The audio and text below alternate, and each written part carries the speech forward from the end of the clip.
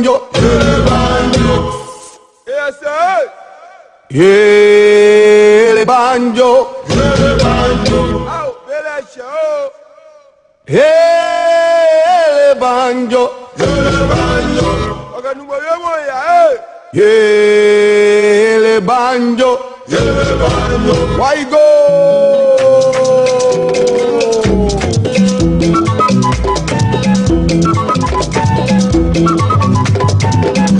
The bread of life is Jesus Christ.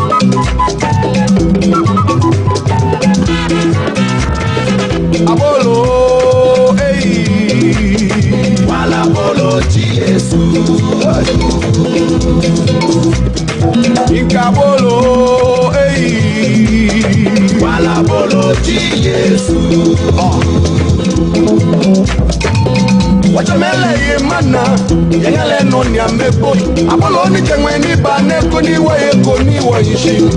Moni abolo le, iba yishi ke ya na no.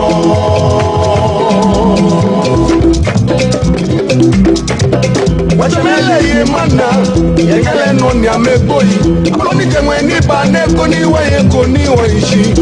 Moni abolo le, iba yishi ke ya na no. Inkabolo, hey, wala bolo Jesus. got it. Abolo, hey, hey, hey, wala bolo Jesus. show it, ah. Wachamele ye mana, yengale no ni ameboyi. Abolo ni jengwe ni bane ko ni wa ye ko ni wa shi. Moni abolo le, eba ishi ke ya na no. Wachamele ye mana, yengale no ni ameboyi. Abolo ni jengwe ni bane ko ni wa ye ko ni wa shi. Moni abolo le, eba ishi ke ya na no. Moni abolo le, eba ishi ke ya na da da da.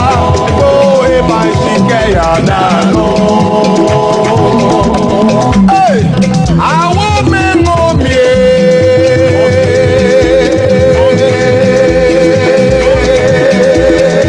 Mommy, mommy, you can mommy, is woman. Even mommy no age in my area. Oh, mommy is woman. Mommy no age in my area. you can mommy is woman. Even mommy no age in my area. Oh, mommy is woman. Hey, mommy no age in my area. Even mommy no age in my area. Even mommy no age. Hey, even mommy no age. Oh, Kala, spatting, kenkelenga, shifon, kolofi. Oh, ajamoni na ne yolo. Oh me oh. Ajamoni na ne yolo. Atame oh. Ajamoni na ne yo da da da da da. Ajay, kwe mo nande, kwe mo mawu, no kwe ito, auto ma ya kwe mo nande, kwe mo mawu, no kwe ito, auto ma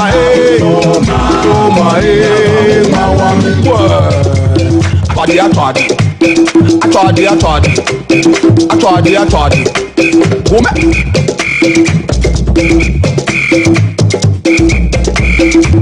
Wow. Show it.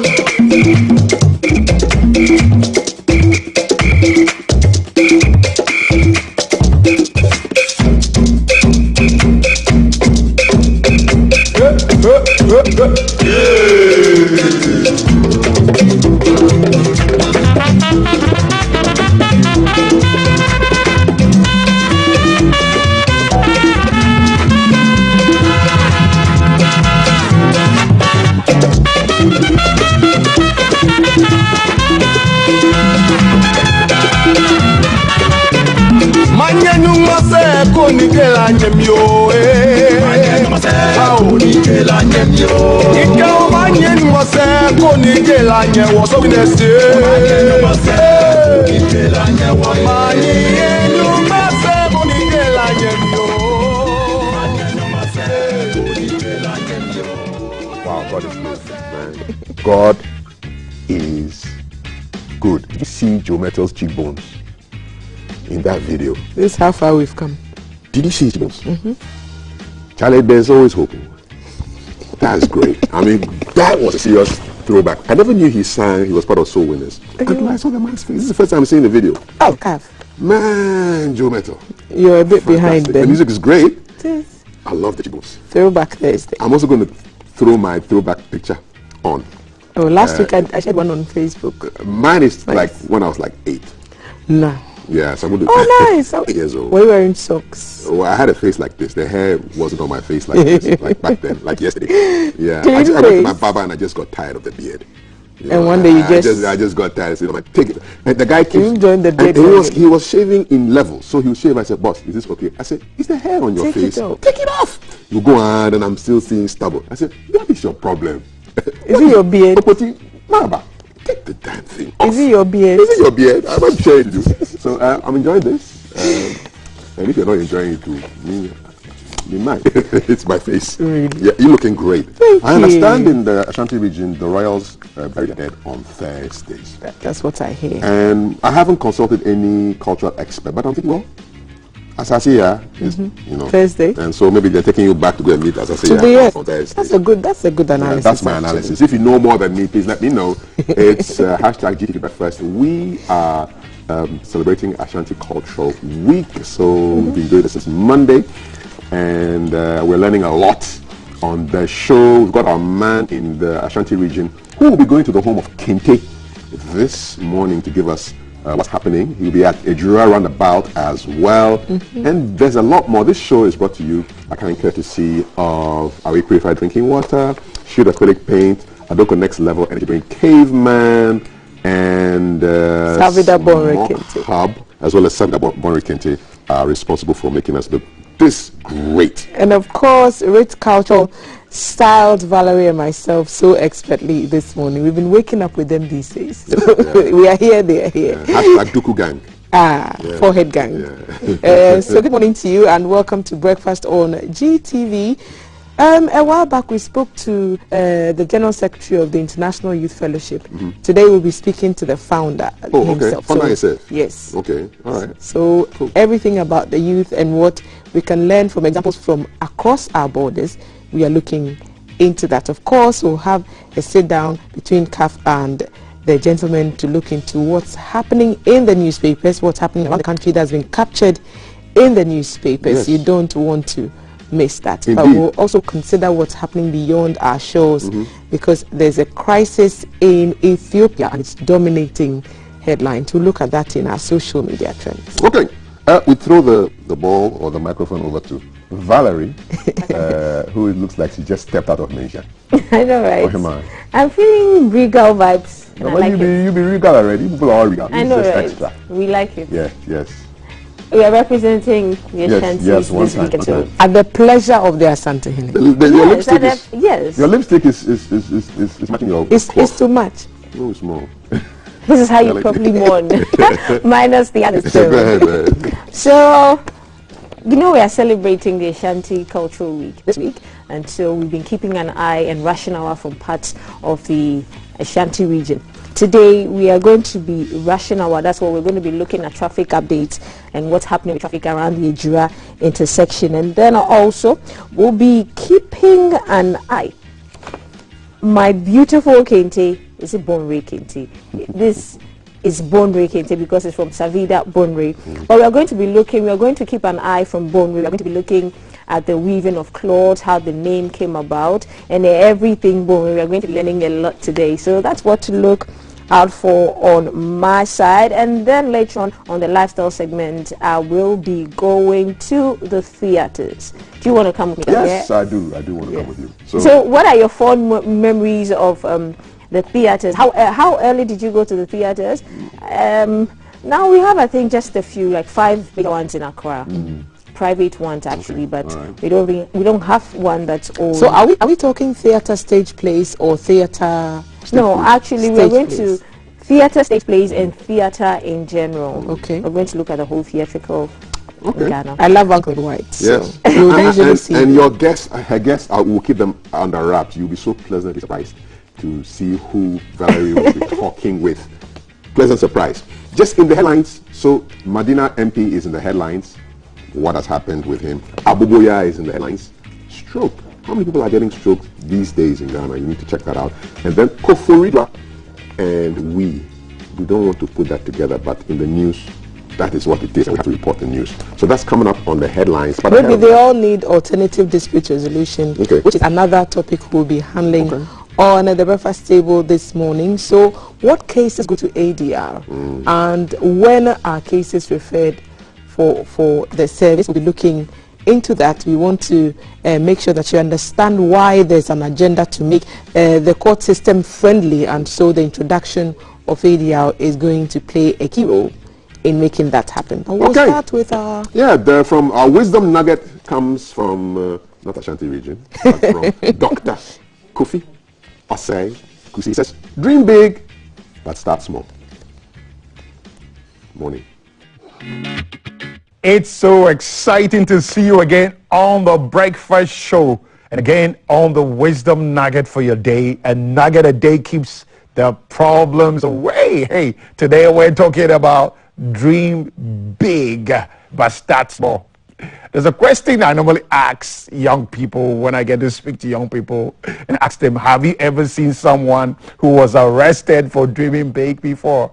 Have you ever seen the police going around to arrest people that are dreaming big? Nobody's ever going to arrest you for dreaming big. Please dream big. And especially, if years has caught up on you, never give up on your dream. I read a story about one Grandma Moses. Grandma Moses was a great artist, fine art, drawing person when she was younger.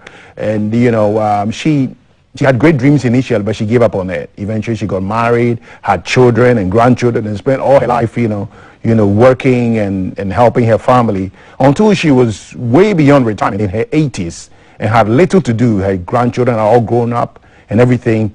And she was like, oh, let me go back to my drawing.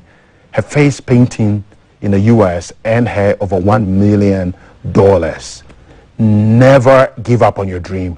Dream big, but start small.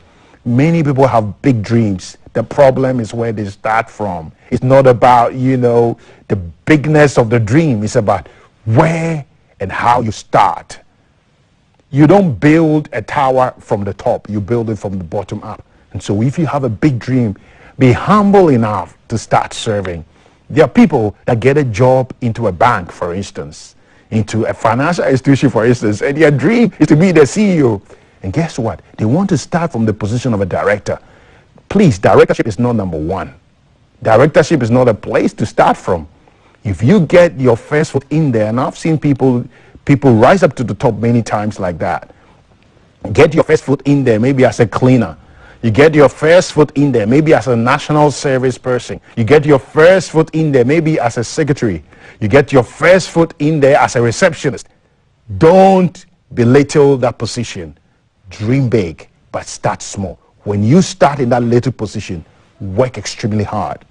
Have the courage and the boldness to ask for more. Be consistent. Be professional. Continuously add value to yourself and have a servant heart to serve your way to the top. If you dream big, you start small, and you follow some of these protocols, it's a matter of time. You're going to rise up all the way to the top. I wish you a fabulous day as you rise up to the top of whatever organization, whatever place you find yourself. There are people that are seeking to be, politicians, leaders, presidents, parliamentarians. Your dream is big, but start small. And as you start small, you're surely going to get up to the top. I'll see you again on the Wisdom Nugget for your day.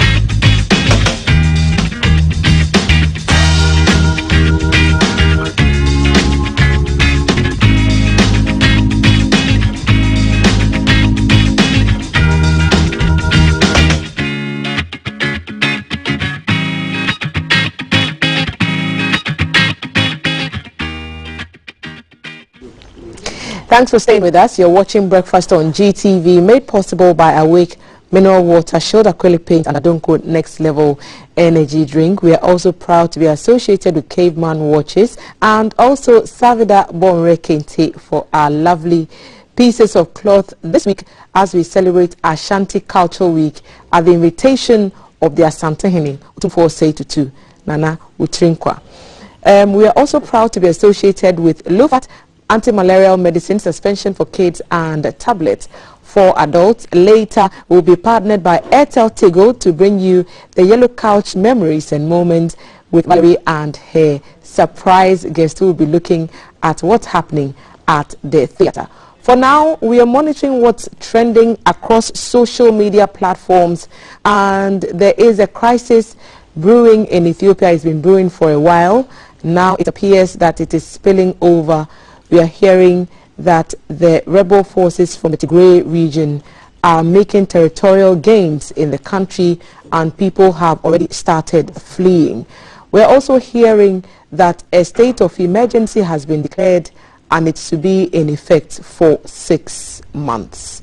Surely these are not the kind of stories we like to hear when it comes to persons being displaced and leaving their homes. I always ask people, if there was ever a need for you to run, what are you taking from your house and what are you leaving behind?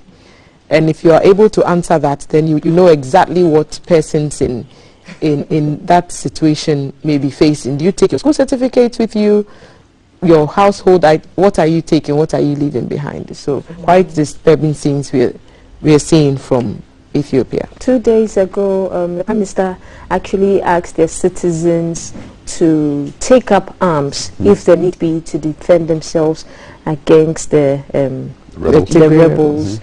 So for Prime Minister to say that, then it means that they're in dire need of, I don't know, some conflict resolution. Yeah, definitely, because it's not just Ethiopia. The name, if you see the map that we just saw, you have surrounding countries in that the Horn of Africa. If the that's you've got them right there. You've got Eritrea, you've got Sudan, you've got South Sudan, you've got Kenya, you've got Somalia, and then you've got Somaliland, you've got Djibouti. So seven different countries that could easily be affected by this. And those closest to the Tigray, Amara, of course, are the ones who you need to be thinking about. So yeah, it's instability, the story of Africa. If it's not Guinea and Mali, with rebels misbehaving, and Dumbuya making himself president, then you have the guys on the east, also doing their own thing, which doesn't bode well for us, really. No. You know? Yesterday, Ethiopia Airlines, there was a report, I saw it on BBC, they overbooked all the flights. People are fleeing. Yes, people are fleeing. Because I'm sure they're thinking we might as well get away while we can. Because if we stay and things don't improve but get worse, then we are likely stuck here for a long time. Especially if they saw the videos from Afghanistan. Yes. And you know, the situation is so dire. International aid has stopped coming in. Salaries are not being paid. People are literally going hungry. So you're looking at persons in the Tigray area, the north of the country, thinking that if this was, you see people carrying stuff, what are you taking with you? Is the question I always ask. I wonder what's in those bags when they make the desperate choice to let's just leave, knowing that you might never come back to see your house the way you are leaving it. Most people that we see in the pictures and videos of them fleeing their countries, most of them only have just usually bottles and gallons of water, and then maybe rations of food. That's what most of them So we'll keep an eye on that, what's happening in Ethiopia. Yeah, so sad, but hey. I mean, we hope that the situation is resolved. The African Union gets involved, and the rebels listen. Did you say African Union? Hopefully they listen, because there are authorities there are people who are supposed to talk about this. There are people who are supposed to call other people to order. So we just hope the institutions work and the parties involved listen, so that lives are not lost, and it's quite distressing. Schools will close, lives will practically be at a standstill. So that's not a good thing. We're just thinking about Ethiopia right now. I would like to say that our thoughts are with everyone who is facing a difficult situation there. But Valerie will tell us why Stonebwoy is in the trends with his Greedy men. Why is he saying men are greedy? No, have you listened to the song? No. We have it. I'm sure our producer will play it. But it's Stone Boy, and he keeps getting better every time. And I think a reason why we love Stone Boy's music is because you can actually relate to his music, the lyrics of the song. And so, yeah, that's Stone Boy. Greedy man. Behind that's it on our screens. Visuals, I mean, the show that it went into talking about Galamsey, right? Yes. And so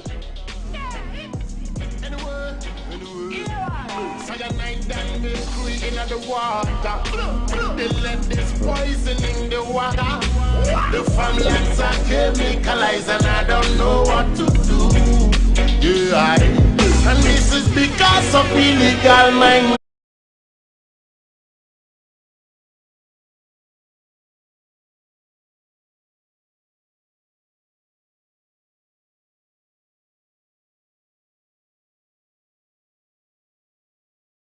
Into very, very sharp focus, the extent of devastation, the persons endangering their lives, just to, Stone Boy keeps getting better and better, because while other artists are looking to the phrase, to the beefing, to giving us content that we don't want on social media, this is Stone Boy doing like something you expect from Stone Boy. He keeps getting better and better. It's a fresh video. I'm seeing it for the first time.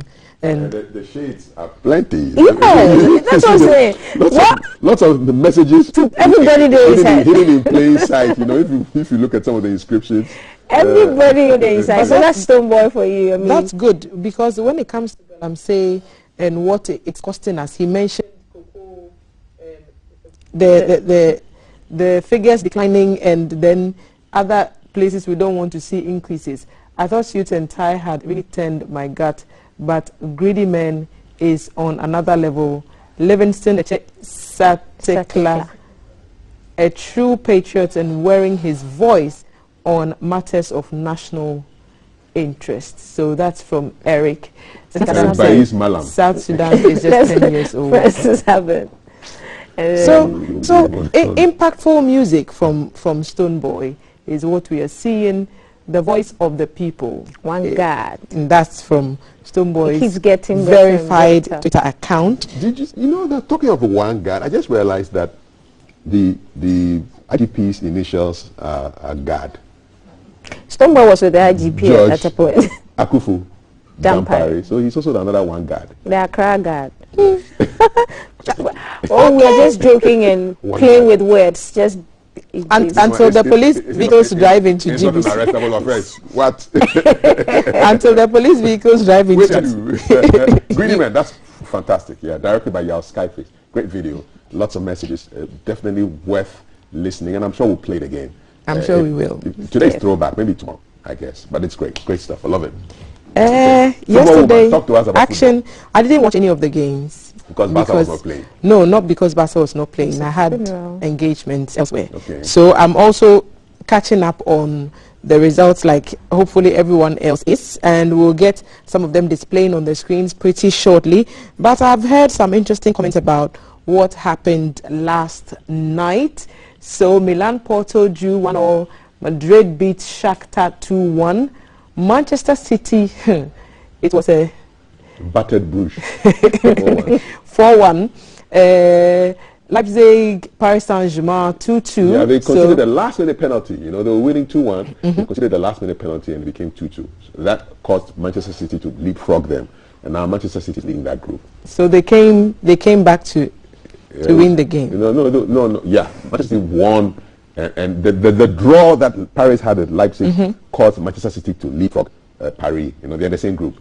Okay. Yeah. Liverpool 2, Atletico 0. Yeah, one man was sent off, and the Atletico guys were rolling around like rolling pins, trying to get Sadio Mane sent off. Didn't happen. Sporting CV and Besiktas 4-0. Dortmund lost to Ajax. Was anyone surprised by that? That Ajax beat Dortmund 3-1. Okay. Sheriff. I missed that last one, but these are more results from yesterday, Wednesday, November 3rd. Same results. just in a different order. So what's the one? Sheriff and Inter Milan. Yeah. Inter Milan won that game 3-1. Yeah. So we're looking forward to more action. What does it mean for the standings, though? I want to see what the standings are, and then when the next games are going to be. Those are trends that we're seeing from social media and, of course, action in different venues for the UEFA Champions League. See, before you go ahead, I just want to promo my next conversation. It's on the patient's charter. So your rights as a patient. Can you demand for some kind of treatment? What are your rights when you sit from the doctor? Those are the conversations we're going to be having in about 3 minutes right here on the show. So you send in all your questions about your rights as a patient. Do you know that there's a patient's charter in Ghana that shows you your rights and responsibilities?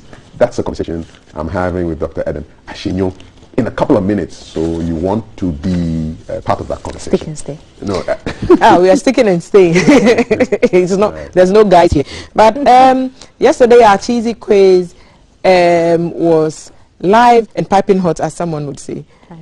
So we asked you, when was Otum 482 installed? And the answer we were looking for was 25th April 1999. 26th April 1999. 26th April 1999. Yep. We got 3 winners, fastest fingers, and they will be on your screen pretty shortly. Nicholas Duku from Seshi, Asarinso, Western North Region.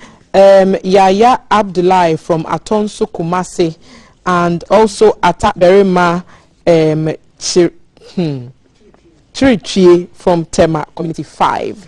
So my Ashanti culture is improving my Ashanti pronunciations, hopefully. Nicholas Duku from Sefi, Asarinso, Western North, Yaya Abdullahi from Atonso Kumasi, Ata Berima Chirichie from Tema Community 5. Yes. They are our winners for the cheesy quiz. Be in touch with our team and they'll get you some vouchers to get yourself some delicious pizza from Cheesy. Okay, so we'll take a break. You don't want to miss CAF's conversation on the rights of patients. Yep. So when you go to hospital, whatever happens there, you have a say in the care that you receive, and CAF will be sitting down right after this break to have that discussion. Send your questions across to us on our WhatsApp number 055 556134. We'll be right back. Please don't go away. Live from GBC Studio 1, this is The Breakfast Show.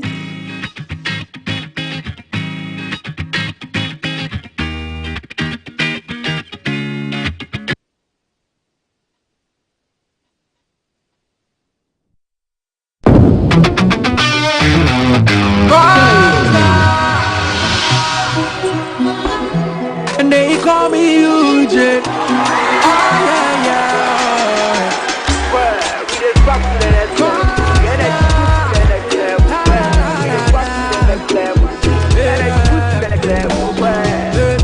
When you need a shoulder to cry, run on your pain, so we try was suicide. Yeah, let bygone be bygone. I didn't see what the body gonna do, we go straight to stardom. Hey, I'm gonna take you to next level. Oh, baby, oh yeah, yeah, yeah. The next level. Back, baby, oh yeah, yeah, yeah. Take you to next level. Baby, oh yeah, yeah, yeah. I don't quote next level. Excessive drinking can be detrimental to health. Not recommended for persons under 18 years, lactating mothers, pregnant women, and people sensitive to caffeine. This advertisement has been vetted and approved by the FDA.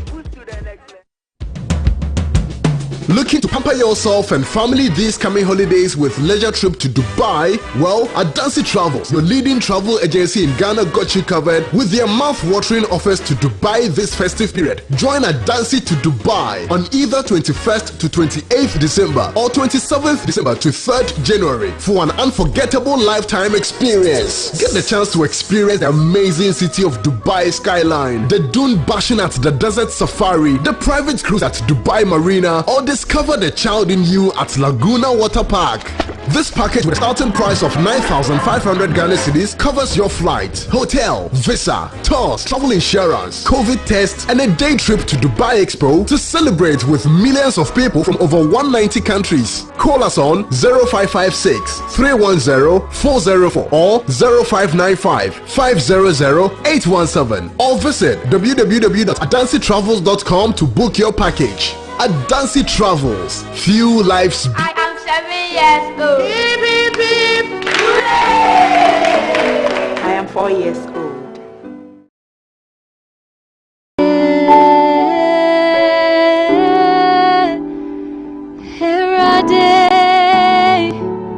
Ye pese dawasio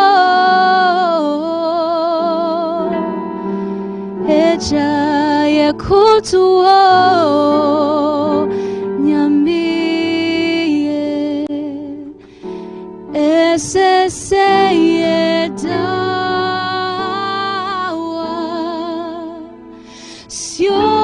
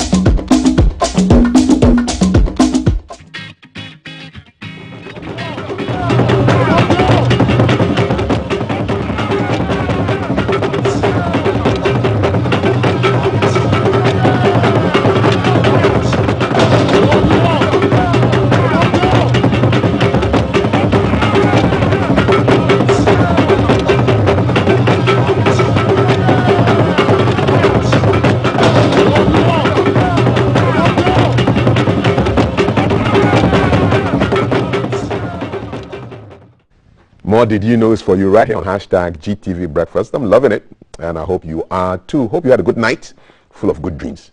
And if you had bad dreams, just pray.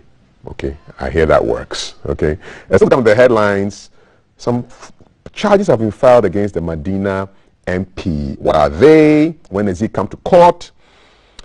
Aboboya issues. What is going on?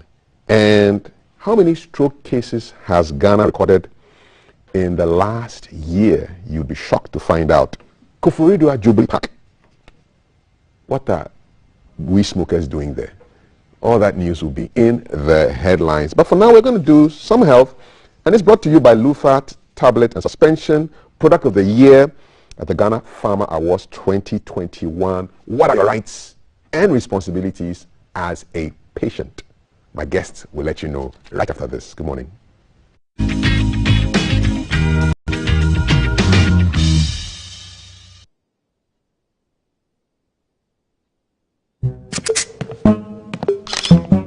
The show was a jar or bar anyone concurrent dim. The groom is sick. What? Malaria. Malaria.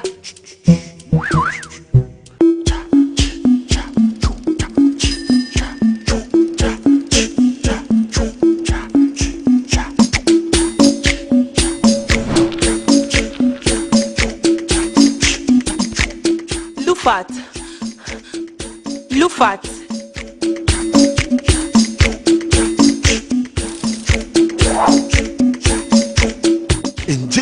Woman malaria and kawan to them. Lufat, I am malaria drop up there. And now you may kiss the bride. Entrance Pharmaceuticals and Research Center. And I am Lufat. Lufat, a two malaria.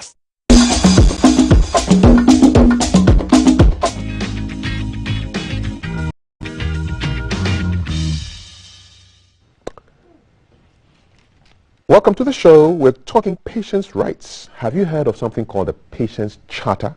What does it mean for you? What are your rights and your responsibilities as a patient? Did you even know you had rights and responsibilities, or do you just go there and take everything the doctor tells you? If you're not too sure, today you'll be sure. My guest is Deputy Director responsible for Quality Assurance at the Ghana Health Service, Dr. Mary Eiram Ashinyo. Good morning. Good morning. Good to have you here. Yes, it's good to have us. Let's dive into this issue of the Patient's Charter. What exactly is it, and why should a patient be interested in what's in that charter? Okay, so thank you very much, and good morning to our viewers. You know, at Ghana Health Service, when we say your health are concerned, we really mean that. This is because health is a human right. And we also recognize that health is supposed to be co-created with the patient. That means that the patient must be empowered to be able to work with us or to work with a healthcare provider to achieve the high quality that they want. And so how we do this is by making sure that patients know their rights and also their responsibility. Okay. So as far back as 2002, this document, which we call the Patient Charter, was developed, and it's our flagship document that spells out the rights of the patient. Right. Yes, which must be upheld by all healthcare workers, and it also spells out the responsibilities of the patient. Okay, so rights which must also exactly be upheld by the patients. Since 2002? Yes. Is this document in public view when we go to hospitals? I never knew that we had a Patient's Charter that had been around for so long. Wow. So if you go to our healthcare facilities, they are laminated and put at everywhere that there's some patient traffic. Okay. So you will see them at the outpatient departments. You will see them on the wards. And you see them in virtually every department, in offices and everywhere. Okay. If you also Google Patient Charter Ghana Health Service, it pops up. Is it the same Patient Charter for all public hospitals? Yes, I would say. Let me say that following the development of that document, other healthcare facilities have also adapted it in a way. So you see that the content is very similar, but it is the mother document for the Ministry of Health. I'm sure you've done your research. How aware are patients of their rights and responsibilities in Ghana? I would say that not ideal yet, but we are working towards the ideal. as far back as 2012, when an assessment was done by Echiampon and his colleagues. They found out that just about, I think, 30% of patients knew their rights. However, fast forward, in 2018, another study was done, and as much as 80% of patients knew their rights. But we also know that the patient population is not static. You know, every now and then people exit and new people are born. So we also make that effort to make sure that there's a continuous education on patient rights. Okay. Yep. You educate us. I know there are lots of rights and responsibilities, but let's deal with maybe three. Okay. What are the key ones that we should know about as far as rights and then responsibilities as patients? So yesterday I met with a professor, and he expressed his sorrow, because he was very emotional about it, about how he went to hospital, and then he just observed a patient is called to the window at a dispensary, and then the patient is just given medication and not told anything. So as the patient walked away, he called the patient and asked, "Do you understand how you are going to take your medicine?" The patient says no. "Did you ask?" The patient says no. So when that patient goes home, how he's going to take those medications, the professor was not sure. So critical ones are that you have the right to know everything about your medical condition when you see a healthcare provider. So what is your diagnosis? What are the risk factors contributing to the diagnosis that has been made? But also you should be made aware that there are options. So even within the same hospital, there are so many options for treatment. And outside the hospital, there are so many options for treatment. Let's take what you just said. You have the right to know everything about your treatment, and then also there are options. Yeah. Is it also not true that a lot of the doctors and nurses tend to intimidate you when you start telling them what is going on, and they say, "Listen, don't bring your Google business here. Don't go and Google stuff and come and tell me I'm the doctor, I'm in charge." Your professionals sometimes intimidate patients, so patients go there and they're quiet. Right. I think that it is not intended to intimidate, although the patient might feel intimidated, because certainly when patients come closer to lab coats, they feel a little intimidation, but it is not something that is usually intended. And there are so many reasons that we realize contribute to those attitudes of our healthcare workers. Sometimes it is the traffic at the outpatient department. And if you see that the OPD is packed and you have to spend time on each of those patients trying to explain what their condition is, then you are not likely to see everybody at the OPD. So that is not to say that it is right, but that is to recognize that we have some systems issues that create the scenarios that we see. And we are working constantly to improve those conditions so that healthcare workers can take their time more to discuss with the patient, this is what is wrong with you, and then also co-create the treatment plan. So it is not standard that once the doctor makes a diagnosis, he goes ahead straight to write a prescription for you. The treatment plan must be discussed with you, and you must agree that yes, this is the kind of treatment that will work for you. Okay. And then the doctor goes ahead to put it into a prescription. And when you go to the pharmacy, it is the same. You should have adequate information about the medications that have been given to you, how to take them, any possible side effects, and what you have to do when those side effects are observed. Okay. You said earlier, before we go to the second of the rights and responsibilities, you said earlier that the patient has a right to know everything about their treatment. Yeah. Is there an allocation made for patients who come speaking a language that, say the doctor is speaking English and the patient cannot understand English? What happens? So there's always a chaperone with the clinician, and they are likely to be able to speak the language that the patient is able to speak. And even if that person is not able to speak, we will still look for somebody who is able to speak the local dialects of the patient. But most of the time, our clinicians, because we are mostly Ghanaians, I would say there are a few Nigerians and other African nationals who practice in our healthcare facilities. But because we are mostly Ghanaians, you see that we speak, yes, a lot of local language. Okay. Yes, and in our training, actually, we are also encouraged to even clock what we call clocking patients, taking the history. We are encouraged to do that in local language during our training. So we are taught how to break down complicated medical terminology into a language that your patient understands. Let me put you on the spot. Break one down for me. What is something that is complicated in English, but you can break it down in whatever language you can speak? So let's say very simple one. Okay. If you want to ask the patient about fever, our patients understand fever in different ways. Some feel that if your eyes are yellow, that is fever. So for us, fever is if your body is hot. So we can say that in Chi, we can say that in Ewe. In Ewe, we will say Olam Hochwa. In Chi, Ohwa Yeshiana. And that makes it more direct for the patient to know what answer you are expecting than if you just said, oh, fever. Ebiana Neniso yellow kakobeka say I'm your fever, but the person didn't really have a fever. So it's part of our training. Break it down so the communication is so that the communication is easy. Yes, exactly. Give us another of the rights that patients should be aware of and responsibilities as well in the charter. Excellent. So another right is your right to privacy. So you see that patients complain that sometimes they enter a consulting room and due to space issues, there's one doctor here attending to one patient and right by him is another doctor also attending to one patient.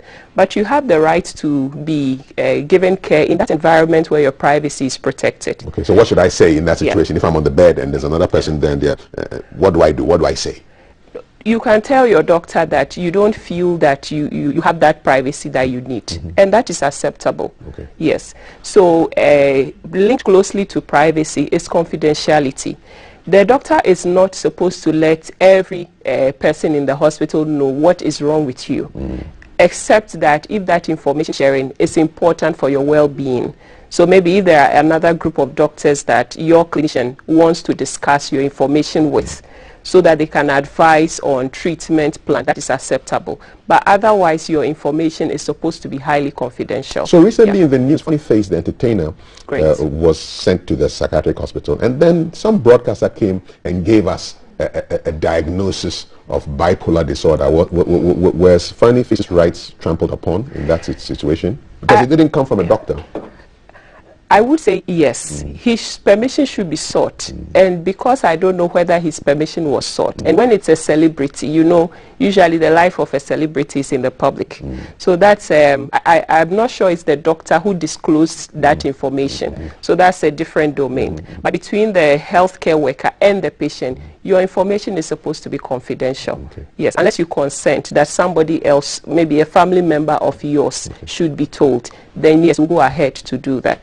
Otherwise, it is highly confidential, and that is your right. Okay. Yeah. My guest is Dr. Mary Eyram Ashinyo, who is Deputy Director responsible for quality assurance at the Ghana Health Service. We're looking at the patient's charter. Did you know a document like that existed? Have you heard of it before? I'm surprised if you have or you haven't heard of it before. Let me know. Our WhatsApp number is 055-556-1034. And if you have any experiences you want to share about your rights and your responsibilities in hospitals or clinics in this country, let us know. The number again is 055-556-1034. Another right that we should be concerned about, we should know about from this charter? Yes. Mary? So yesterday when I shared this flyer about our conversation this morning, somebody sent me a message that I went to a hospital, money was taken from me, and I wasn't even given a receipt. So we also have rights that cover administrative issues. So if you enter any of our healthcare facilities, it's supposed to be explained to you what the modalities of payment are. So if it is you are a national health insurance card holder, for instance, we are supposed to explain to you that these services are covered by the national health insurance and these are not covered. And those that are covered, you have to receive a receipt after payment of money. So you realize that the charter covers rights that kind of cover the relationship between you and a clinical staff, but also you and administrative staff. So it is a very cross-cutting document, right? Then responsibilities. Sometimes our patients know their rights, but we all forget that rights go with responsibilities. So you come to the clinic and then the doctor is trying to take a history from you. What is wrong with you? And sometimes, like you said, because the patient feels intimidated, they are tempted to give information that sounds very good to the ears of the doctor. So maybe you've had a fever and this fever has been recurrent for so many weeks. But you came and you said, oh, the fever has been there for only 3 days. Those information lead the doctor to 2 different types of diagnosis. And so it is the responsibility of the patient to make sure that in your transaction with a healthcare worker, you are giving us very accurate information, because that will help us to also make very accurate diagnosis and give you the best treatment plan, which will ultimately improve your health. Okay, so tell the truth.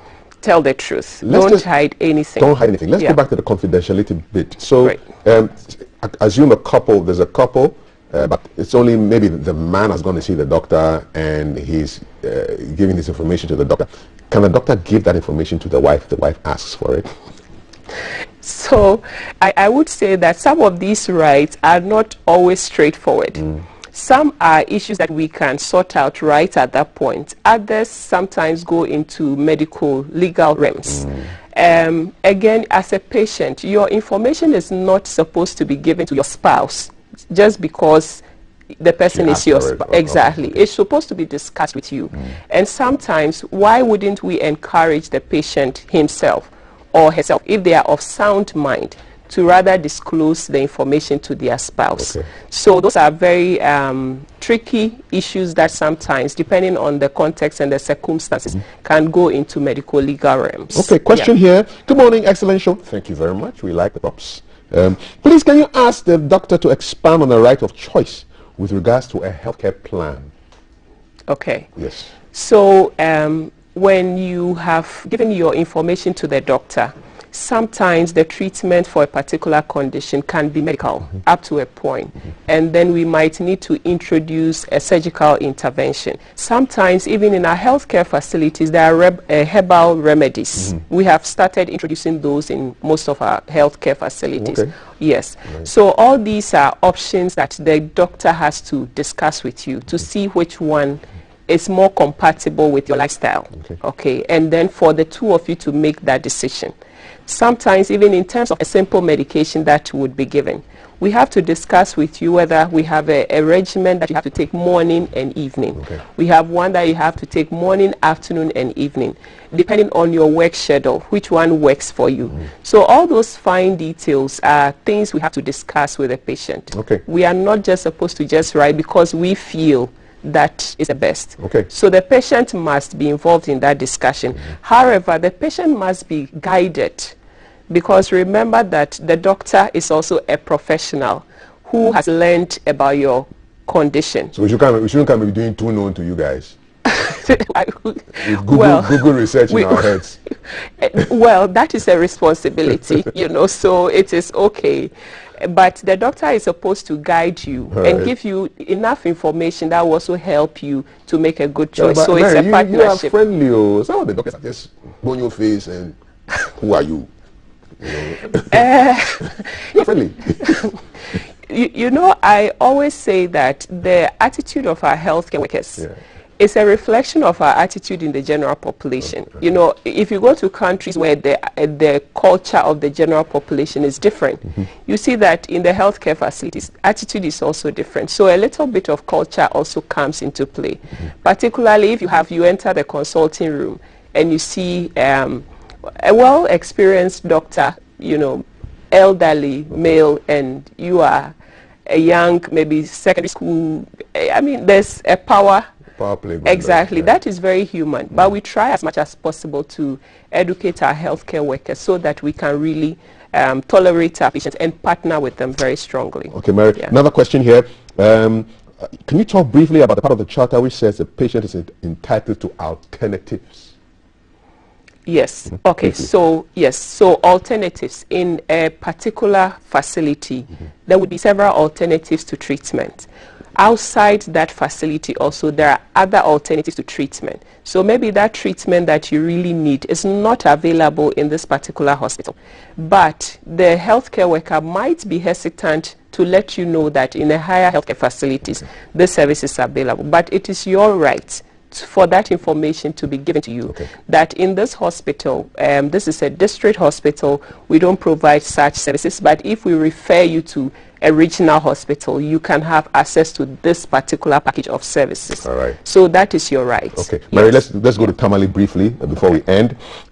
If what you are saying is the way to go, then our patients and their caregivers suffer a lot at Tamale Teaching Hospital. We are calling Tamale Teaching Hospital out here. When it comes to the rights of patients, it's a problem and it must be brought to your notice. So you need to send your eyes to Tamale Teaching Hospital, do some mystery shopping there and see what's going on there for the patients. We are flat out of time. What is the most important thing patients listening to you, watching you right now must take from this conversation, Mary? Okay, so listening to me, first let me say I equal to our frontline workers. It's a lot of work and it's a lot of sacrifice too. So we always want to acknowledge our healthcare workers. Listening to me, I want our patients to know that when we say your health are concerned, we want to partner with you. And for you to be able to partner well with us, you have to know your rights. Please feel free all the time to engage your healthcare worker. We are there because of you. Without you, we have no job, or we won't be healthcare workers. So feel free to interact with us. If we haven't given you the information you want, feel free to ask, and we would be able to provide that information. Is there a number somebody can call to get more information about the patient's charter, or is there a website they can go to get information, Mary? Yes, so the Ghana Health Service website has that. If you just Google Ghana Health Service Patient Charter, it pops up. Okay. So it's a public document. Okay. Yes. Last question. I hope you blow up the charter so when we enter the hospital we can see it big like that. Or it's a small thing sitting on somewhere like a tax certificate or something that we can't see. So, you know, the Patient Charter is a small book, What's but a book? it is very powerful. Okay. When you enter, yes, it's a very binding document, but it's very small because we want it to be very handy so that patients can easily read it. And the information is broken down to simple language. And in our healthcare facilities, we laminate them on A3 and they are all over. I wouldn't say it's a perfect situation. The reality is that you go to some facilities and you don't see them. But it's a process and we are committed to bridge that gap. Mary, thank you very much. Yes. Dr. Mary Ayiram Ashinyo is Deputy Director responsible for quality assurance at the Ghana Health Service. She's been talking about the Patient's Charter. Now you know your rights and your responsibilities. Just Google Ghana Health Service Patient's Charter and boom, it will come up. And then you can see your document and know your rights and your responsibilities. Thank you so much. She talked about the document being small and powerful. Beautiful adjectives for my co-host. Pocket-sized, small but powerful Valerie, taking us to Bon Rekente. What's he say? Oh, man. Who will I know? So that's Kathman. He gets us laughing every time. You should hear some of the comments behind the scenes. So we've been celebrating Ashanti Cultural Week all week. We've been coming to you, checking traffic updates from different parts of the Ashanti regional capital. Today is Thursday. And if you're an Ashanti and you're a woman, you're referred to as Ya. I'm Ya, by the way. And so today we are going to be rational and looking at what traffic looks like at the Ejiso intersection. Ejiso is the hometown of the Ashanti warrior queen, Ya Asantewaa. So we cannot celebrate Ashanti Cultural Week without going to the hometown of the Ashanti warrior queen. And so we are crossing over to Alan. Alan is behind me now and he's at the Ejiso intersection. I hope I get the pronunciation right this time. Alan, good morning from Accra. What's happening in Kumasi?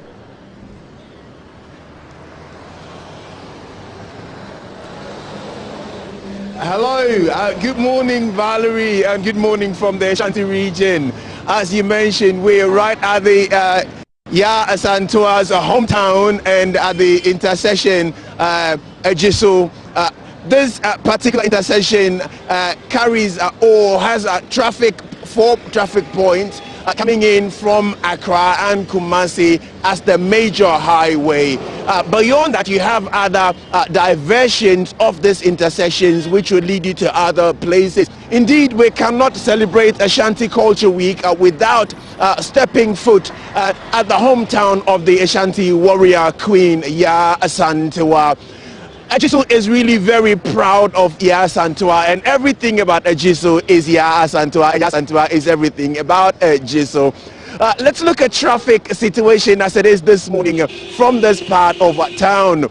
Behind me, the traffic you can see is what is coming in, presumably from Accra, Nkoko, Konongo, and then it gets to Ejisu. Ejisu is also a major market town, and so this very intersection holds part of the Ejisu market. Traffic from Accra towards us isn't as bad. If you have the benefit of our eye in the sky, you will actually see as far as and as long as that traffic is. But then it is a moving traffic, and so the lights turning green after every 3 to 5 minutes. Traffic from Accra is free to flow. We are now going to pan right towards the diversion of traffic from the highway, Accra Kumasi Highway, and what you can see is traffic coming from Asante Mampong and parts of Bonre. In much the same way, traffic would leave the highway, turning right towards Asante Mampong and Bonre from this intersection, which is the Ejisu intersection. It's a very quiet road when you're turning off from Ejisu towards Bonre or Asante Mampong. What you see out here is traffic also coming in from Kumasi towards us, and would probably be heading for, as I mentioned earlier, Konongo, Nkoko, and Accra. Indeed, also you have a free-flowing traffic, and there isn't as much, even though today is supposed to be a market day at Ejisu. We're not going to be panning towards the Ejisu, the road that takes traffic off the Accra Kumasi Highway towards Ejisu. This road will then take you to Kokofu and Onwe. Interestingly, although it is a major road that takes traffic off the highway towards Onwe and Kokofu, you will realize it has been turned into a market. It has not been totally taken over. The assembly allows that to happen on typical market days, so that farmers as well as other businesses along that stretch of road could ply their trade only for the market day. And so if you're traveling from Accra and you're headed for Kokofu or Onwe, and you intend to use the diversion or the traffic off the Ejisu intersection, it's a market day today, and so you won't be able to use that road. You may have to travel at least 1 kilometer ahead or 10 a kilometer behind me in order to use the bypass to get to Onwe or Kokofu, but not the Ejisu intersection. When we arrived here this morning, we saw along the way a group of young men sitting about with cutlasses, machete and hoe, and I approached a few of them and asked, what would make you sit here with your machete and hoe? And interesting, they said to me, well, what we do is by day weeding for large-scale farmers, and so if a farmer needs some work done in their farms, we come up or they approach us and we go with them to go and get that job done for them for a fee. And so they're commonly referred to as by day Jumayefo. That's what they do out here at the Ejisu intersection. This is the home of Ya Asantewaa, the warrior queen of Ashanti. And remember, we're celebrating Ashanti Culture Week, and so it is only appropriate to step foot in the hometown of Ya Asantewaa. Thank you very much for joining us. This is Rush Hour, coming to you live on hashtag GTV Breakfast. My name, once again, is Daryl Alan Tago. Thank you very much, Valerie. Thank you, Alan, for coming to us. That was Alan. Alan came to us from the Ejisu intersection, and he gave us traffic updates. For those of us who are Accra borns, it's really difficult for us to maneuver our way. But I'm sure those of you who are conversant with driving in the Ashanti region will take that and probably use alternative routes if wherever you are going to, there's traffic there. The hashtag to follow is still GTV Breakfast. It's the Ashanti Cultural Week. The show is made possible by Awake Purified Water, Airtel Tigo, responsible for the lifestyle segment of the breakfast show, Adonko Next Level Energy Drink, Shield Acrylic Paint, Lufat, Cheesy Pizza, and Caveman Watches. I'm looking this regal because Sabida Bonre Kente provided my kente and my accessories, and then Rich Cultural on Facebook put it together for T and I. The hashtag to follow is GTV Breakfast. We're taking a quick break. Live on GBC Studio 1, this is the Breakfast Show.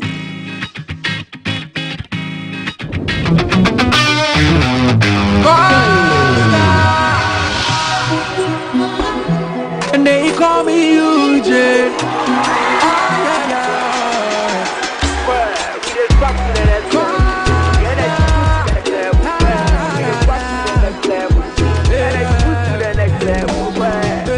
When you need a shoulder to cry, run on my pampers, so we try was suicide. Let bygone be bygone. I didn't see what the bottom go do, we go straight to stardom. I'm gonna take it to the next level. Oh, baby, oh yeah, yeah, yeah. The energy next level. Back, baby, oh yeah, yeah, yeah. I'll take you to the next level. Oh, baby, oh yeah, yeah, yeah. I don't code next level. Excessive drinking can be detrimental to health. Not recommended for persons under 18 years, lactating mothers, pregnant women, and people sensitive to caffeine. This advertisement has been vetted and approved by the FDA.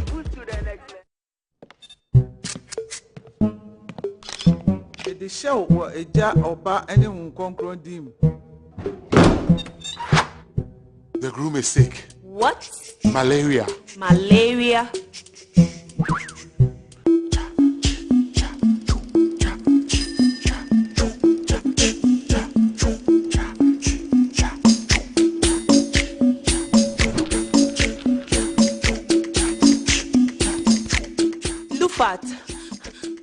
Lufat.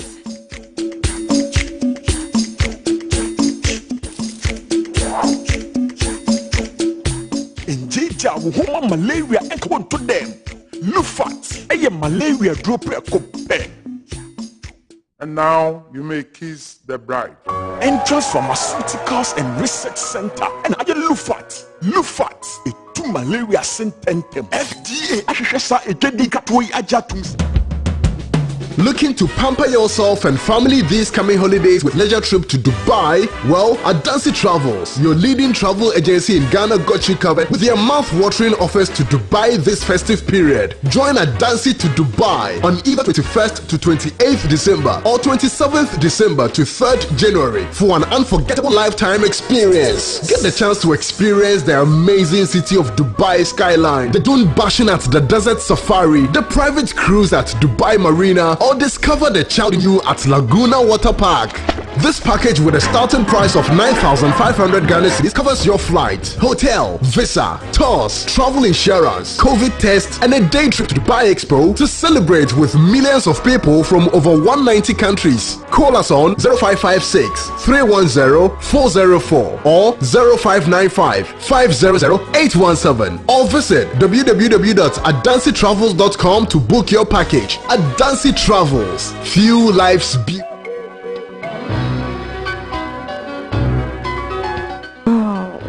Today he has been extra sweet, and the way he looks at me. I have done everything by the book. It's on. Hey, but I have to get some condoms, Charlie.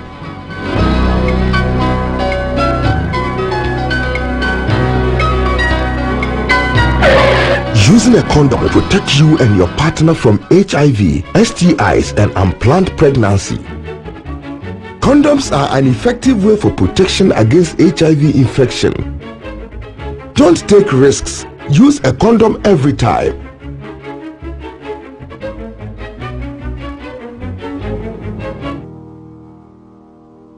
Always come prepared. This advert is brought to you by Ghana AIDS Commission and Ghana Health Service.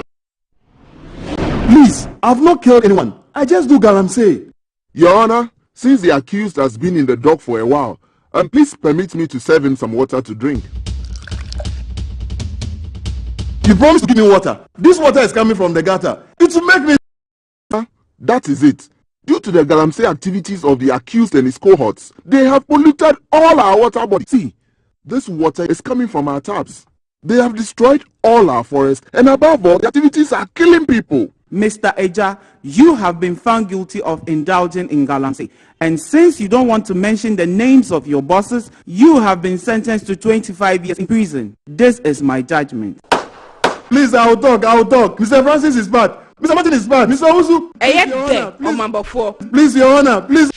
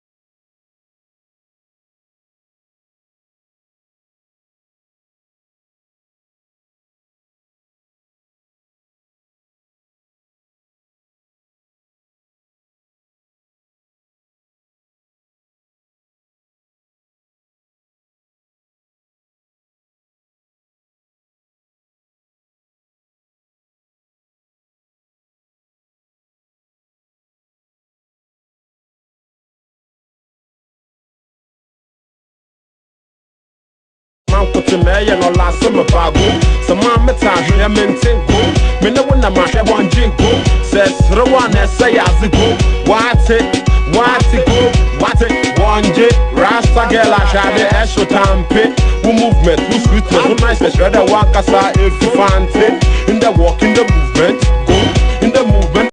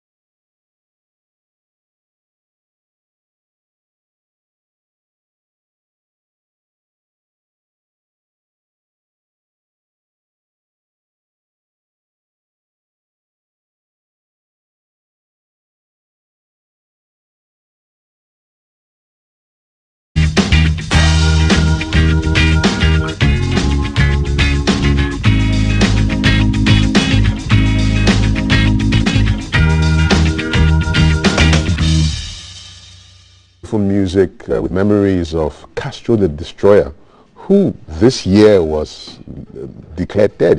7 years after you disappear, they don't find your body, then the state authorities can declare you. What a sad loss. But great music that he left that we can still enjoy. Good morning, welcome to the show. Before I jump into the headlines, yesterday I tried to cross at a zebra crossing. It was just hell. So I'm standing there, I'm showing the motorist, I say, brother, this is a zebra crossing. And people were looking at me as, are you a zebra? That kind of thing.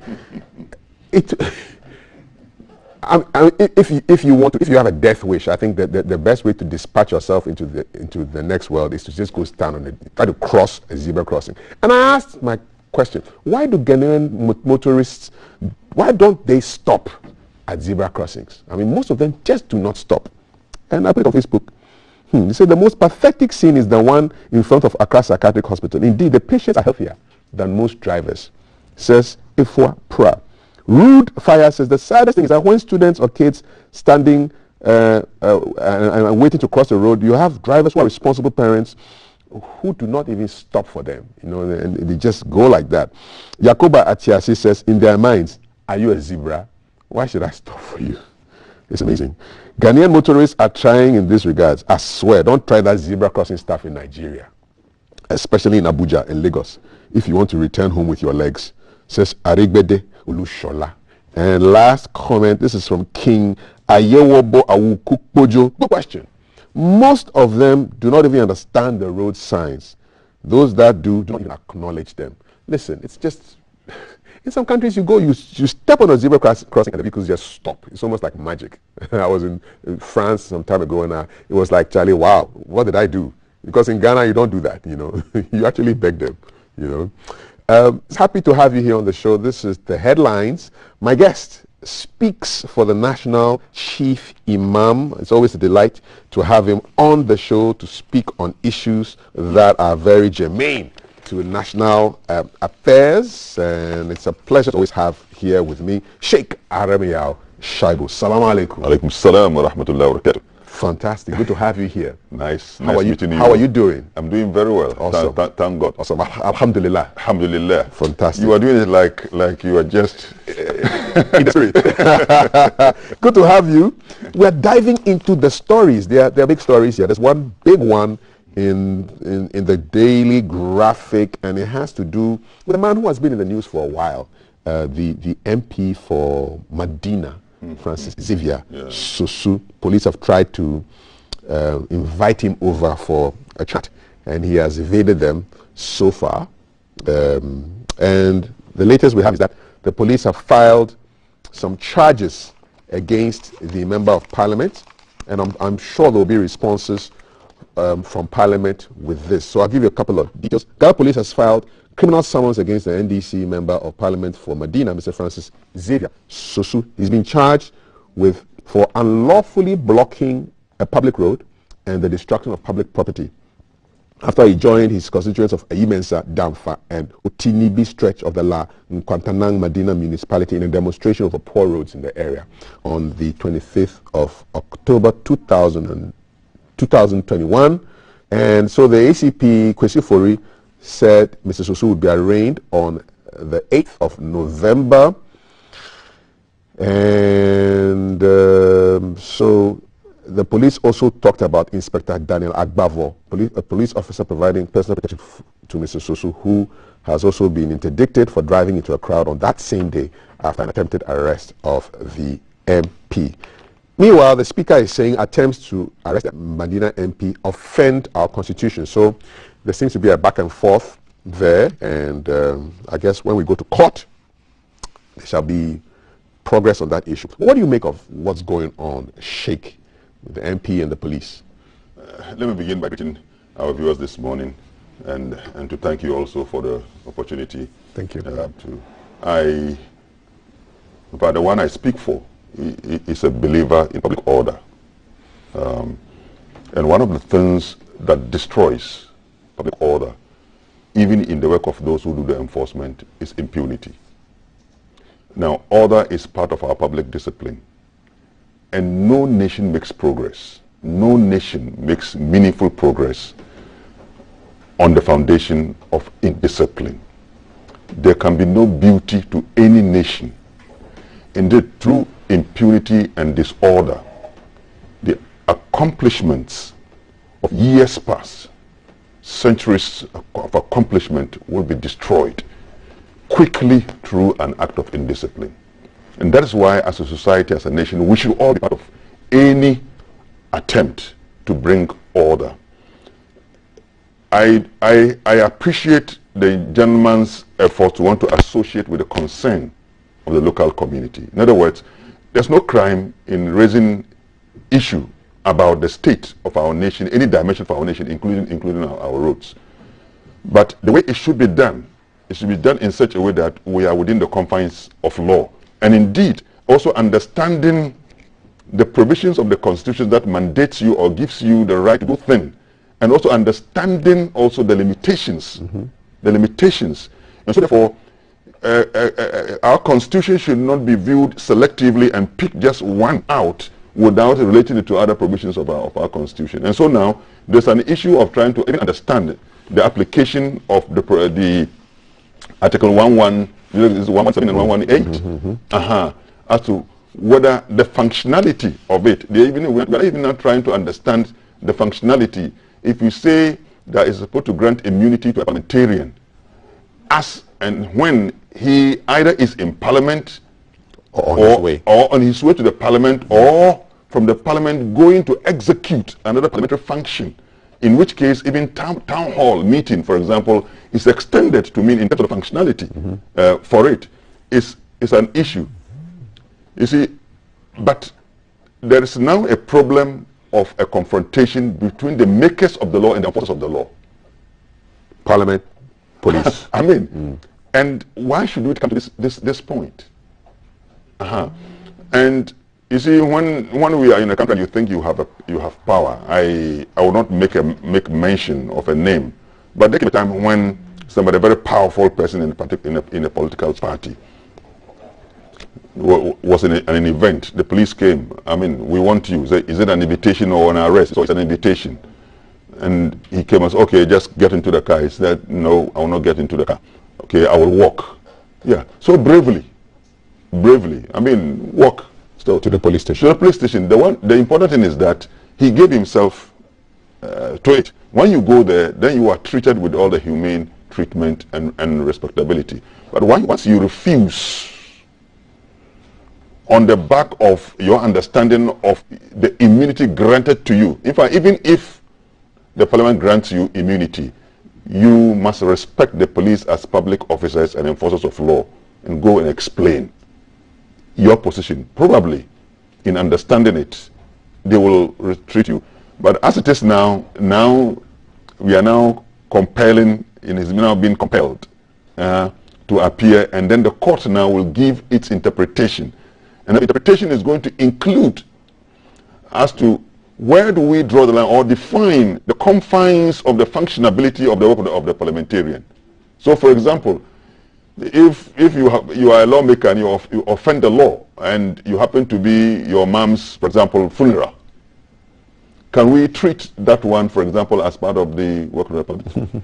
So can the police now use their mandate now to say, okay, where you are now is not an extension of parliament. An extension of parliament. So we pick you. You see, and I think that Sasso is somebody I have admired for a long time. I have admired him. His courage.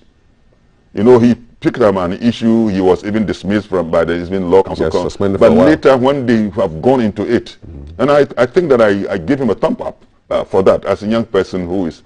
You see, but we must also be careful, and we must also to draw the line between being courageous and foolhardiness. Draw the line. I say this to any young person, any young person. Look at those who are ahead of you in the law, who have lived long lives and have. You see, we all did not jump to this. We are who we are, but long. And anything that you is, temper your actions with wisdom. Your actions with wisdom. Don't allow the pride of your position to make you act in a certain way. That will put you in the public eye as, excuse my language, indiscipline. Yeah. So what is happening now to allow the court? And I think that I support the idea of the court and the law. In fact, yesterday I was part of the IGP. And we are now talking about arrestability. Who is arrestable and who is not arrestable? Because I sit down here and the law, and because I speak for the National Chief Imam, should not, because of my position, should not arrest me if I have offended the law. What I do, policeman has arrested me, I humbly explain myself, or I humbly go to the police station and write my statement. If afterwards my issue is understood, am I exonerated, then, but that arrestability should not be limited to those of the lower levels of our society.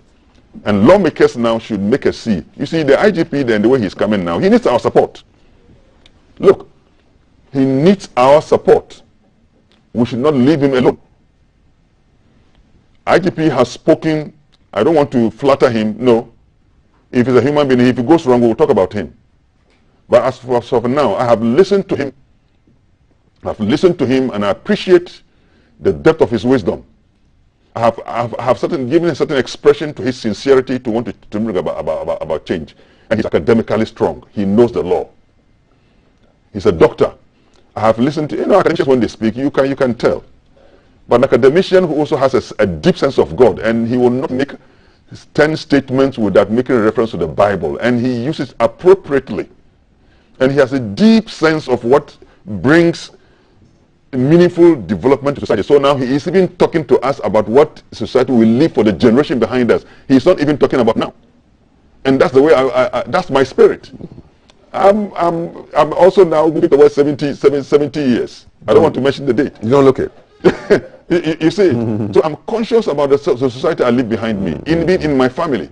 I'm thinking that if I die today, what kind of family do I live? My children are growing. They are looking to me as a mentor, as somebody they can look up to. And I leave them in a situation of indiscipline. You know what we do to young people when we introduce them to indiscipline? You know what we do to our society and what we do to them in their lives? I mean, it's a terrible thing. And so we must support this man and make sure that we restore our country to order and make it a beautiful nation worthy of the pride of nations. And for me, that is the way I look at the issue. Sheikh Arabia Shaibu, spokesperson for the National Chief Imam, expressing his views on the developments with respect to the Madina MP, Francis Xavier Sosu, who has two charges filed against him by the Ghana police. He's supposed to appear in court on the 8th of November. And the Speaker is saying that attempts to arrest the Medina MP offend our Constitution. What do you think about it? Let us know, 055-556-1034. We've been joined by Reverend Dr. Lawrence Tete, President and founder of the Worldwide Miracle Outreach. Good morning, Reverend Doctor. Good morning. Good to have you here. Thank you. And welcome back home. Thank you. Great stuff. I know wherever you were, your eyes were also back home. Very much. So Congo Kinshasa. How's that country? I'm fine. That's what, when you go to all those places and you come back to Ghana, you clap for Ghana. For real? Yes. I go to Rwanda, I go to Congo, I go to Angola, I go to Gabon. And when you land in Ghana, you thank God you're a Ghanaian. And we are taking a lot of things for granted. But you thank God you're a Ghanaian. And sometimes we don't realize how much of safe haven our country has. We should not spoil it. What do you make of these the standoff between the MP and the police? And now it seems to be taken to it's been escalated to court level now. It's no longer, it's beyond an invitation. Now you are being compelled to come to court. It's a very interesting thing. I know Honorables are so very well. If I call him one of my spiritual proteges, I love him, love God. And I know IGP Jordan Parry also very well. I have a very good relationship with all of them. And so for me, I'm going beyond them as a person. I'm looking at the law, what does the law says. I think we need to interpret the law properly and not, it's what I'm saying now. We are getting a picture that we need to rectify. It shouldn't be partisan. You think it's shifting? These things should not be shifting towards partisanship? And that is the saddest thing that is happening to us now in Ghana as a nation. Everybody takes a stand based on partisanship. And we must look at the bigger picture. What is wrong is wrong. What is right is right. We have a constitution. The 1992 constitution spells out everything. And so we should look at the constitution and make sure that we look at the bigger picture of our nation. There's no need for taking an entrenched stand between Parliament and the Ghana police. These are serious agencies. In fact, Parliament is the arm of government. Powerful, very powerful. I am a student of government. I did international relations, and I know when you talk about the legislature, it's a very powerful thing. So we should not reduce it into partisanship. Then when it comes to the police, our biggest peaceful atmosphere we need will be from the police. So we should look at the bigger picture. And I'm saying this thing holistically. Let's look at this whole thing holistically, and we should allow it to escalate to an extent where we lose control. I've heard comments and I've heard things, and I'm realizing that people are becoming more partisanship, and we should not hide from it on this issue than looking at the realistic aspect. What I've said is a very heavy thing, but we should look at the bigger picture. Most often than not, we abuse their positions. Is the police abusing their position? Is parliamentary leaders abusing their position? What are we fighting for? We want the welfare and the betterment of Ghana. And so we should look at the bigger picture and be very holistic about this whole approach of I'm going to court, I'm arresting somebody, I'm an MP, I'm also a policeman, I have a right. We should know how to interpret our rights. And I think that let's all go back to the old school where the Constitution and the law of Ghana works. Is it time to test that part of the Constitution which says that the member of Parliament cannot be arrested or if he or she is on their way to Parliament or doing parliamentary work? Is it time to just have a definitive interpretation of that part of the Constitution? You know, sometimes dialogues solves problem. Two mistakes, and I keep saying this thing, two mistakes doesn't make anything right.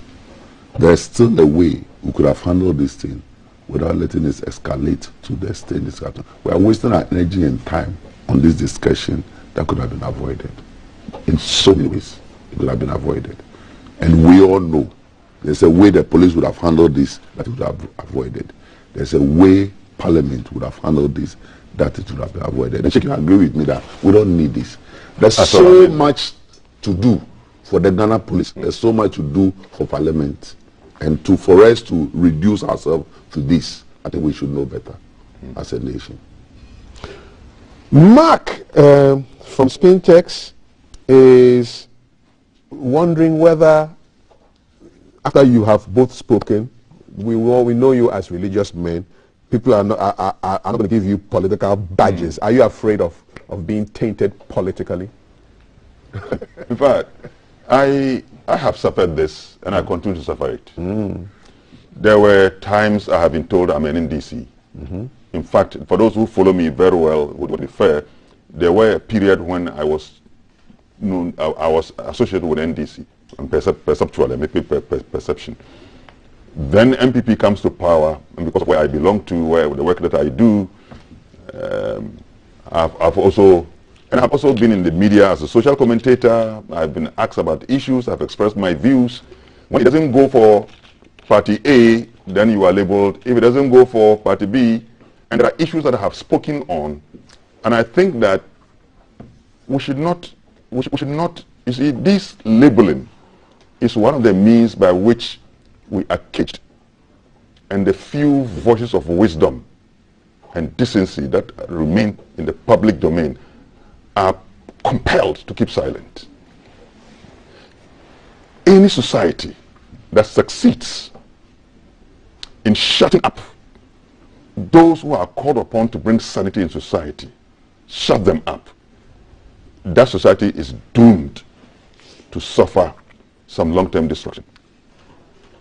And that is why people like us, I would say, we must also remain focused, not to also give a semblance of that we are biased. We should try our best, but that we should remain in the middle. That, look, here, myself and Pastor, there are issues when they come up and they have gone round, and they cannot find people to talk to. We are those that are called upon. Yeah. And so when things are getting off road and we are called upon to say, look, can we do this? Can we do that? Okay. Now, because of the partisan nature of the issue, we are compelled not to speak about it. Or people who listen to us quickly will listen to us and then make their judgments. Oh, Sheikh is saying this. Okay.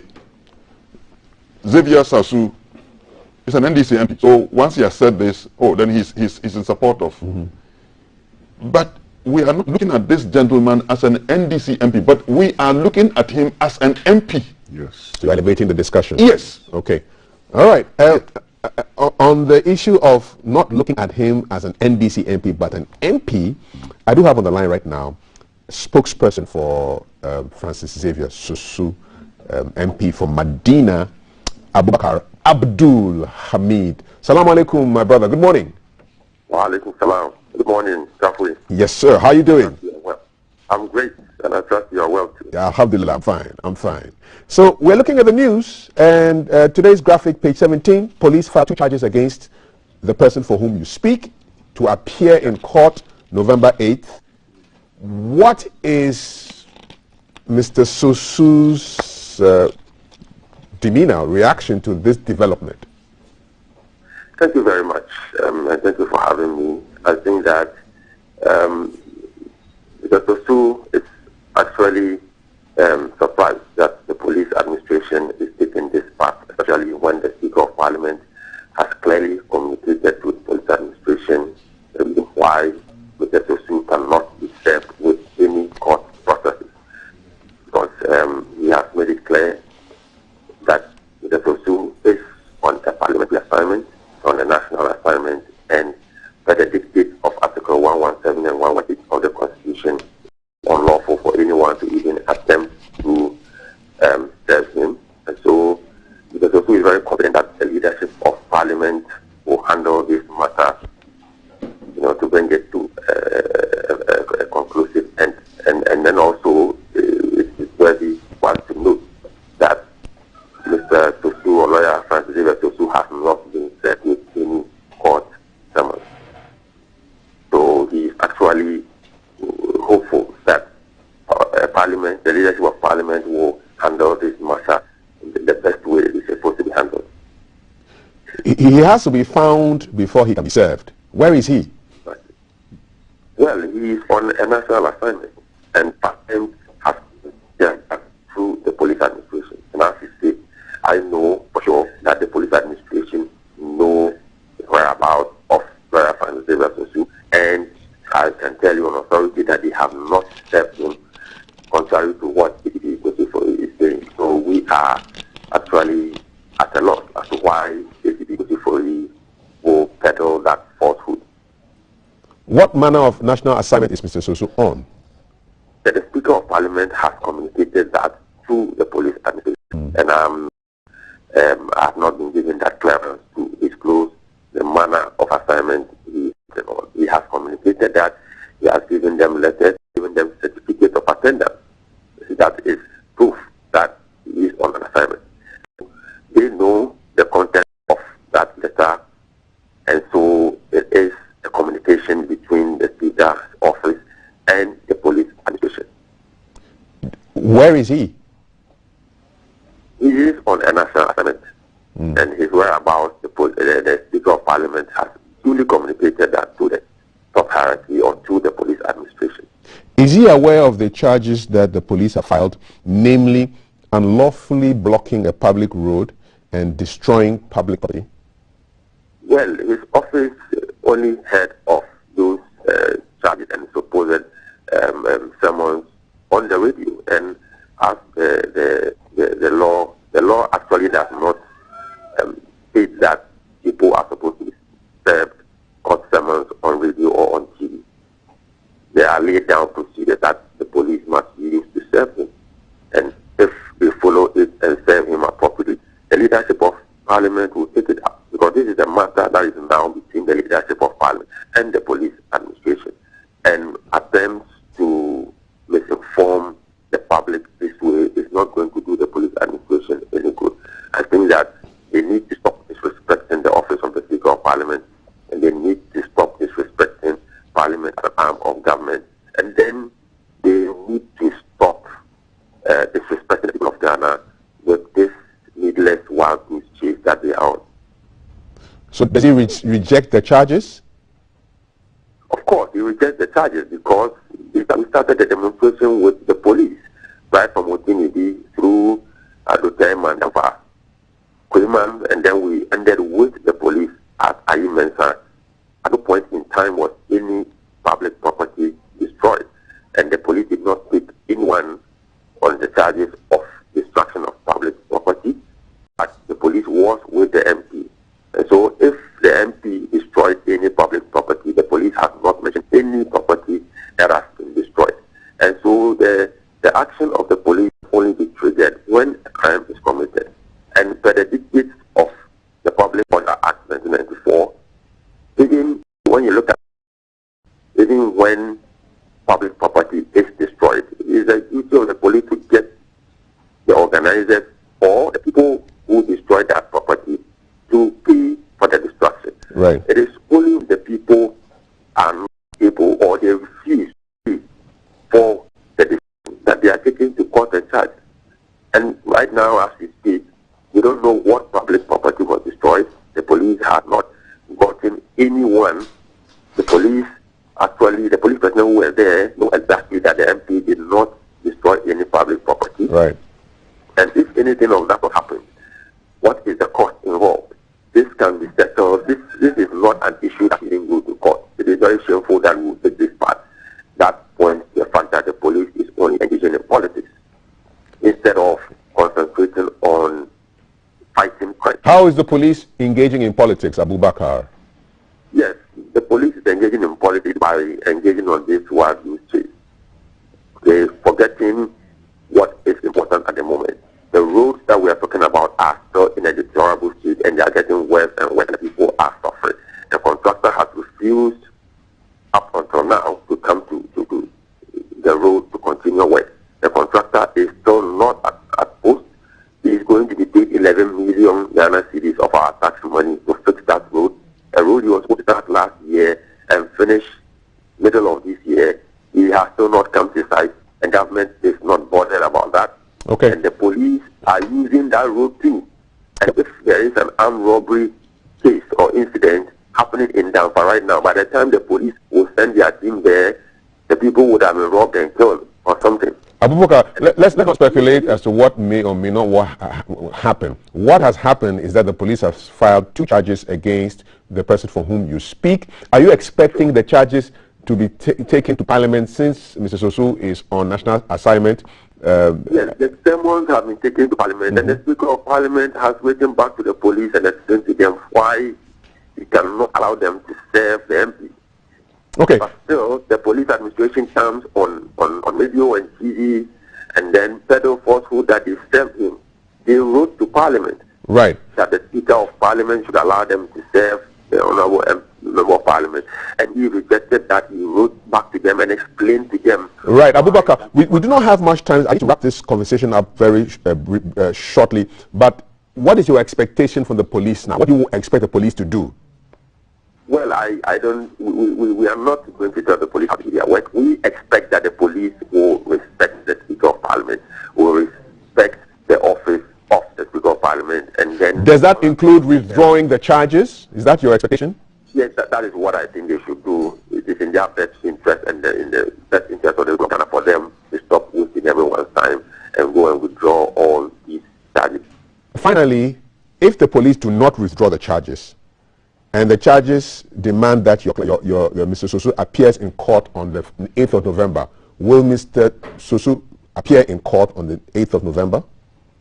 One, Mr. Sosu is not going to appear in court because he has not been served, and even if he is served, this is the issue that is... If he is served, will he appear in court? Yes, that's what I'm saying, that an illegal summons is something that you are not obliged to adhere to. And so this is the matter, like I said, that is in the hands of the leadership of Parliament. Who has determined that the summons is illegal, Mr. Abubakar?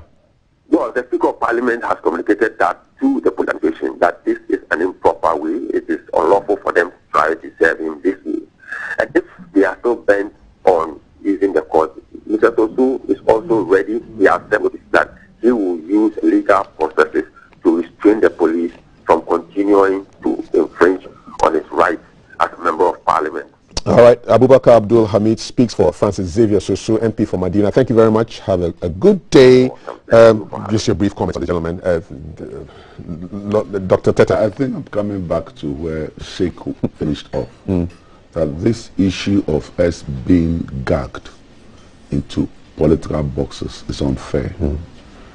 Political power is transient. Political power is a powerful man today. Even the ministers of state, national security, BNI is transient. The religious power is not transient. And any nation that does not adhere to religious leadership, they are doomed. Great Britain, where I've lived for many years, they give so much respect and credence to our clergy. Of course, some of the people have abused it, but has politicians not abused it? Has lawyers not abused it? Has journalists not abused it? We abuse what we are. But if this nation don't take seriously into consideration the leadership of the religious bodies, we are in a doom. And trust me, every one of them, I can tell you this publicly, there is no Ghana president who has not been to my crusade before. President Rawlings, President Kufuor, President Atta Mills, President John Mahama, current President Nana Addo. They come. They come because of the crowd. They come because we believe they love the things of God. And so when it comes to that crusade where the crowd we have is very important for them, they should also know that our mouth is very important for them. It is we who speak the truth. Every religious leader is supposed to speak the truth, and the truth is only one. And so we should not be gagged. It's unfair when politically we are pushed into certain boxes. And who cares? I don't need any or MPP to be what I am. Have you been disappointed by political tactic? Most time, I feel very sad. Disappointment is understatement. I feel very sad. I feel people become very cheap and little-minded when they gag you. Because at the end of the day, who cares? Political power is transient. In 4 years' time, Nana Addo will not be a president. Where is President Rawlings today? Where is President Kufuor today? Where is President Atta Mills today? Where is President John Mahama today? And where will President Nana Addo be in 4 years' time? So it's transient. All the seats, all the parliamentarians who are making noise, in 4 years' time, where would some of that maybe? So political power is not, and when people become so entrenched with political power, I get very sad for them. And I look at them and I say, look, and having to see politicians, former politicians before, some people who become so noisy and take it strange. So let us not abuse this great thing. And in Ghana, the greatest gift we have is look at the unity between Christians and Muslims. You don't see this in Nigeria. You don't see this in Togo. You don't see it in Ivory Coast. You don't see this anywhere. We should not be dividing ourselves. And people become so little-minded, they put you in the box. We've all been there. Well, they say it's an NDC, say it's an NPP. And then what they do is that all the wisdom and the godly words that you have to give as a nation, to rebuke, to direct, to correct, to encourage, you are gagged, and that prevents you. And these are people who do this. In 2 years' time, 3 years' time, they've been posted out. So political power is a very transient power, and politicians should learn to know that the religious power is permanent. A political power has its lifespan. Sheikh, you heard from the spokesperson? Yeah, I would wish that Francis Sosu will respect the police, go to court. You know, he himself is a lawyer. His presence there may assist us in bringing clarity to the interpretation of that piece of law, based on which the police is taking that action, and based on which also the Speaker of Parliament is also replying the police. I have a problem with the confrontation between the lawmakers and the enforcers of law, because they are like two sides of the same coin. So when we get them in conflict, who suffers? It's our society that suffers. There's a question of arrestability. Who is arrestable in our law? Who is not arrestable? The one who is not arrestable, where do we draw the line? That where is it that when he crosses, he transits from being non-arrestable to arrestable person? I think these are things that are matters of national interest that we must all agree.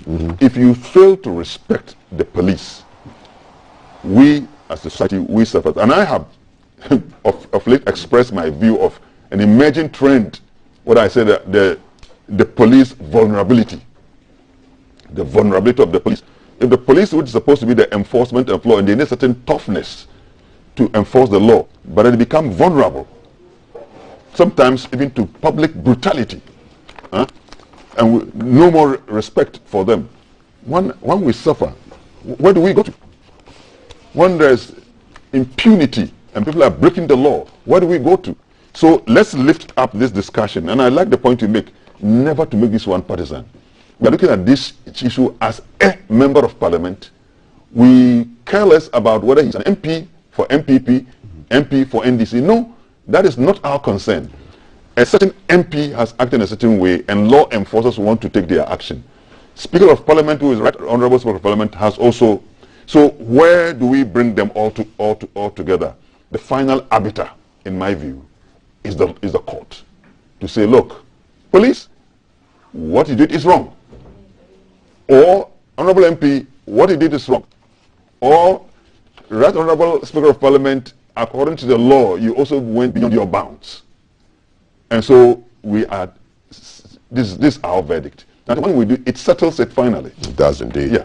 It does indeed. Thank you so much. I want to just jump to one more story before we call it a day for today. And this is a sad one. This is Ghanaian Times. You know, Ghana at 50, where we got our independence in 1957. So 50 years was 2007. There was a whole lot of celebration around that time.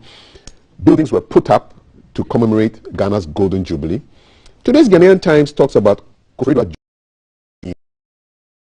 it's how lunatics, stray animals, weakness, miscreants.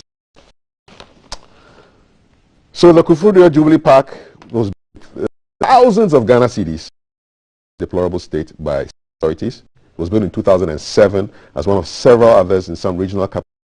50th anniversary. It's become an abode for all manner of mammals, you know, lunatics, stray animals, miscreants, weed smokers, people who use all kinds of deplorable.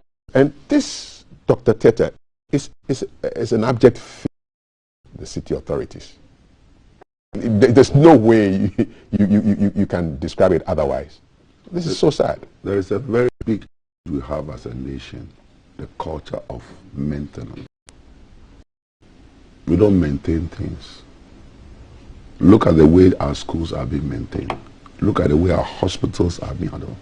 You go to some of these ministries and institutions, and it's very deplorable, in a very deplorable state, and you wonder why ministers of state, chief directors walk through there every day. An amount of money that I spend on unnecessary things. I don't know. So our culture of silence is very bad. I have been around the nation for crusades, and sometimes we spend money to put the parks together before you actually do your work. And you ask yourself, what is this whole thing about? So we have a responsibility, and this responsibility must be collective. It must be a collective responsibility. All hands on deck. All hands, every Tom, Dick, and Harry must know that we must all be ambassadors of maintenance. Otherwise, go back to Rich Hospital now. As beautiful as I thought it was, go and look at some of the handles there. It's very sad. You're giving us ask yourself, we have a problem, all affair.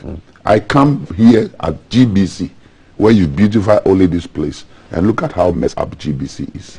We all have a responsibility. So we shouldn't look beyond GBC. Even GBC is a mess. So we all have a collective responsibility. Go to some of these public agencies. There are people who take the responsibility to beautify their offices themselves. But if you look at the environment, it's a mess. So we should go back to the culture of maintenance. Otherwise, we'll be looking like other nations we go to I don't want to mention. And it is not fair. I have used my own personal money sometimes to put some of those parks together. But we have to hold a crusade. It must look good. And you ask yourself, what are the people around doing? Meanwhile, you see people with motorcade and Motorollas and talking, and that is not the thing. We should remember that if